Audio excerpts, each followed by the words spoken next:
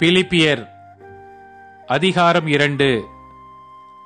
ஆதலால் கிறிஸ்துவுக்குள் யாதொரு ஆறுதலும், அன்பினாலே யாதொரு தேறுதலும், ஆவியின் யாதொரு ஐக்கியமும், யாதொரு உருக்கமான பட்சமும் இரக்கங்களும் உண்டானால், நீங்கள் ஏக சிந்தையும் ஏக அன்புள்ளவர்களாயிருந்து இசைந்த ஆத்துமாக்களாய் ஒன்றையே சிந்தித்து என் சந்தோஷத்தை நிறைவாக்குங்கள்.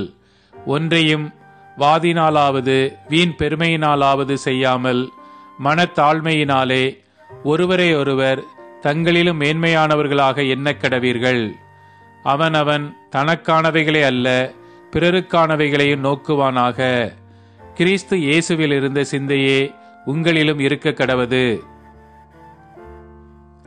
அவர் தேவனுடைய ரூபமாயிருந்தும் தேவனுக்கு சமமாயிருப்பதை கொள்ளையாடின பொருளாக எண்ணாமல் தம்மைத்தாமே வெறுமையாக்கி அடிமையின் ரூபம் எடுத்து மனுஷர் சாயலானார். அவர் மனுஷ ரூபமாய் காணப்பட்டு மரண பரியந்தம், அதாவது சிலுவையின் மரண பரியந்தமும் கீழ்ப்படிந்தவராகி தம்மைத்தாமே தாழ்த்தினார். ஆதலால் தேவன் எல்லாவற்றிற்கும் மேலாக அவரை உயர்த்தி இயேசுவின் நாமத்தில் வானோர் பூதலத்தோர் பூமியின் கீழானோருடைய முழங்கால் யாவும் முடங்கும்படிக்கும் பிதாவாகி அவருக்கு மகிமையாக இயேசு கிறிஸ்து கர்த்தர் என்று நாவுகள் யாவும் அறிக்கை பண்ணும்படிக்கும் எல்லா நாமத்திற்கும் மேலான நாமத்தை அவருக்கு தந்தருளினார். ஆதலால் எனக்கு பிரியமானவர்களே, நீங்கள் எப்பொழுதும் கீழ்ப்படுகிறபடியே நான் உங்களுக்கு சமீபமாய் இருக்கும் பொழுது மாத்திரமல்ல, நான் தூரமாய் இருக்கிற இப்பொழுதும் அதிக பயத்தோடும் நடுக்கத்தோடும் உங்கள் இரட்சிப்பு நிறைவேற பிரயாசப்படுங்கள். தேவனே தம்முடைய தயவுள்ள சித்தத்தின்படி விருப்பத்தையும் செய்கையையும் உங்களில் உண்டாக்குகிறவராயிருக்கிறார். நான் வீணாக ஓடினதும் வீணாக பிரயாசப்பட்டதும் இல்லை என்கிற மகிழ்ச்சி கிறிஸ்துவின் நாளில் எனக்கு உண்டாயிருப்பதற்கு ஜீவ வசனத்தை பிடித்து கொண்டு உலகத்திலே சுடர்களைப் போல பிரகாசிக்கிற நீங்கள் கோணலும் மாறுபாடுமான சந்ததியின் நடுவிலே குற்றமற்றவர்களும் கபடற்றவர்களும் தேவனுடைய மாசற்ற பிள்ளைகளுமாயிருக்கும்படிக்கு எல்லாவற்றையும் முறுமுறுப்பில்லாமலும் தர்க்கிப்பில்லாமலும் செய்யுங்கள்.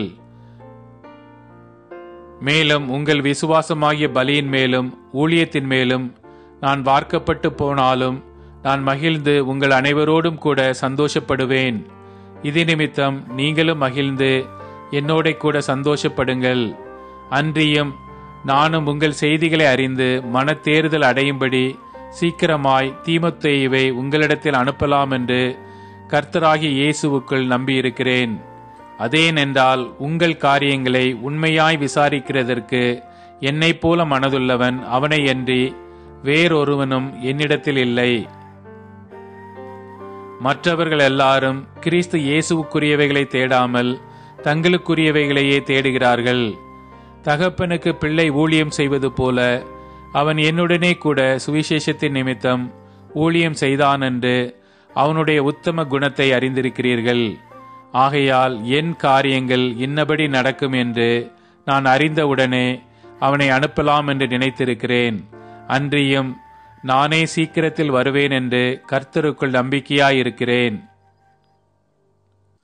மேலும் என் சகோதரனும் உடன் வேலையாலும் உடன் சேவகனும் உங்கள் ஸ்தானாபதியும் என் குறைச்சலுக்கு உதவி செய்தவனுமான எப்பாப்பிராத்துவை உங்களிடத்தில் அனுப்ப வேண்டுமென்று எண்ணினேன்.